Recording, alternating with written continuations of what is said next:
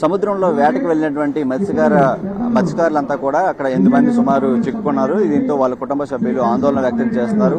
Visakha fishing harbour నుంచి ఆ వేటకు వెళ్లినటువంటి విజయనగరం చెందినటువంటి 8 మంది మత్స్యకారులు కూడా అక్కడ బంగ్లాదేశ్ అక్కడ సంబంధించి కోస్ట్ గార్డ్ అంతా కూడా చిక్కుకోవడంతో ప్రస్తుతం వాళ్ళ కుటుంబ సభ్యులు ఎవరైతే మత్స్యకారులందరూ కూడా వీళ్ళని త్వరగా తీసుకురావాలని చెప్పేసి ఇక్కడ అధికార యంత్రాంగం కూడా వేడుకుంటున్న పరిస్థితి కనిపిస్తుంది. అమ్మా, ఇక్కడ నుంచి ఎప్పటి నుంచి బయలుదేరారు వాళ్ళంతా కూడా? మొత్తం ఎంతమంది బయలుదేరారు? 8 మంది వెళ్ళారండి. 8 మంది వెళ్ళారు బోటుకు. సోమవారం వెళ్ళాలి. ఇప్పుడు 10 రోజులు అవుతుందండి. అప్పుడు కానీ చెల్లి 2 రోజుల్లోనే ఫోన్ అవుతుంది. మళ్ళీ కంట్రీ 3 రోజులు అయితే ఫోన్ అవ్వదు. అంతే. అంటే బోటుకి వెళ్ళారంటే వేటకి వెళ్ళిన తర్వాత ఎన్ని రోజుల్లో వచ్చేస్తారమ్మా మామూలుగా అయితే? నార్మల్గా అయితే 15 రోజులకు 20 రోజులకు వచ్చేస్తారండి. 20 రోజులకి అయితే వచ్చేస్తారు. ఏట అయిపోతే లేకపోతే ఉంటారు. ఏమని చెప్పారమ్మా లాస్ట్ గా? ఎప్పుడు మాట్లాడారు? ఫోన్ మాట్లాడారు అంటే ఏమవుతుంది అని చెప్పారు? ఇప్పేసి వెళ్ళిపోయిన రోజు బోట్ వెళ్ళిపోతుంది, ఇప్పేసాము. మరి బోట్లు ఫోన్లు అవ్వ అని అనేసారండి. అంతే. మరి మా ఆయన పేరు నక్క రామన్న.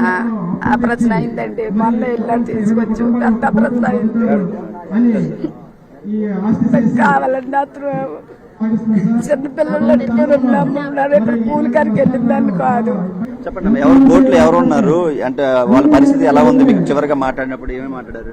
చివరిగా అయితే వేటకి నేను 2 రోజులే మాట్లాడానండి. 2వ రోజు జాగ్రత్తగా ఉండమ్మా, వచ్చేస్తాను, వేట 15 రోజులు వచ్చేస్తాను అన్నారు. అతనికి వేటకి వెళ్ళడం ఇష్టం లేదండి. మా మావయ్య కూడా అలాగే చనిపోయారు వేటకి వెళ్ళి. నన్ను జాగ్రత్త చెప్పి వెళ్ళారు. అక్కడి నుంచి ఫోన్ అవ్వలేదు. Phone switch up. నేను రోజు ఫోన్ చేస్తే ఫోన్ స్విచ్ అప్. నిన్న విషయం తెలిసింది ఇలా దొరికిపోయారు అని. అప్పటి నుంచి అక్కడి నుంచి ఫోను లేవు, ఏమీ లేవండి. అసలు ఎలాగున్నారో కూడా మాకు తెలీదు.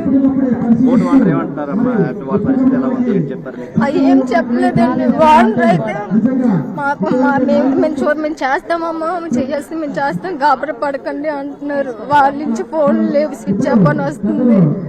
మాకు ఎవరు లేరు. నేను మా అత్తయ్య గారు ఉంటాము. ఎందుకంటే మా అత్తయ్య గారు మేమే ఉంటామండి. ఇప్పుడు మా ఆయన ఇరుక్కుపోయారు. నేను ఇలా ఉన్నాను. నాకు ఆందోళన వచ్చేస్తుందండి. ఆయన ఒకరు తీసుకొచ్చేయండి.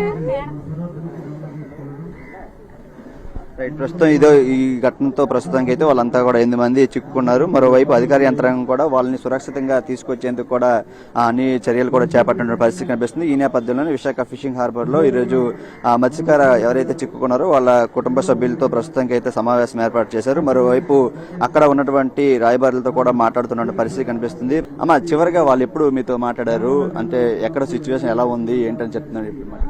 బోట్ లో వెళ్ళక 2 రోజులు ఫోన్ అయింది. ఆ 2 రోజులే మాట్లాడారు వాళ్ళ ఆవిడతోటి. మామూలుగా వదిన, మా ఆవిడని బాగా చూసుకోవద్దునా, ప్రెగ్నెంట్ కదా, పళ్ళవ్వ అన్ని పెట్టొద్దునా, నేను వచ్చినంత జాగ్రత్త చూసుకో అని చెప్పేసి వెళ్ళాడు. అంతే.